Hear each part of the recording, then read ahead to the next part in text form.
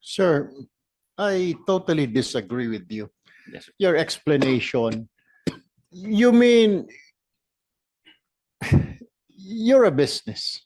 At the same time, you're catering to public service, di po ba?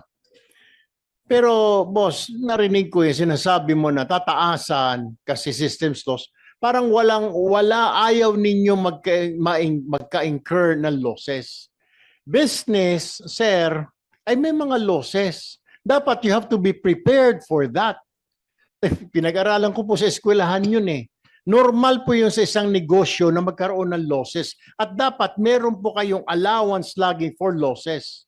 I had a degree po in business management, kaya alam ko ho yun.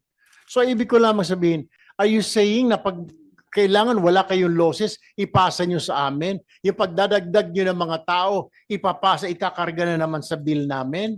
Hindi na mo namin problema yun. Hindi na rin ho problema ng consumer yun. Magdagdag ka ng tao mo, mag-expand ka, wala kaming pakialam doon. Ang gusto lang namin, kuryente, bumibili po kami. Bumibili lang kami ng kuryente sa inyo, binibigyan nyo kami ng kuryente, pero yung sinasabi mo na para bantayan, walang magnanakaw, bakit kami na naman ang sasagot noon? Parang lagi na lang ho kami hong sasagot. Ganito lang sa bibigyan kita ng example. Kung nanakawan po yung tindahan, so sa susunod na next week, gagawin niya, tataasan niya lahat ng presyo ng paninda niya kasi nalugi siya, na-hold up siya, o nasunugan siya, o binaha yung tindahan niya, nasira. So may mga losses siya. Dapat sir, meron kayong mga miscellaneous na mga losses. Dapat ready po kayo, mga distribution utilities, ready po kayo, mga electric cooperative.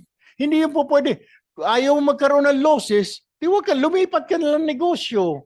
That's what my point is. That's what the people are saying right now. Bakit kami lagi? Kayo wala na ba kayong sasagutin na losses? Puro na lang sa tao, pass on, puro pass on. Lahat na lang pinapass on. Napakagandang negosyo pala nito. Hindi ko naisip sana, tayo lang ako ng electric company din para na generation at saka distribution para napakasarap pala na negosyo na ito. Walang losses. Sa tao nyo lagi sinisingil. Ang kawawang taong bayan. Sir, hindi po tayo mayaman na bansa. Let us not forget.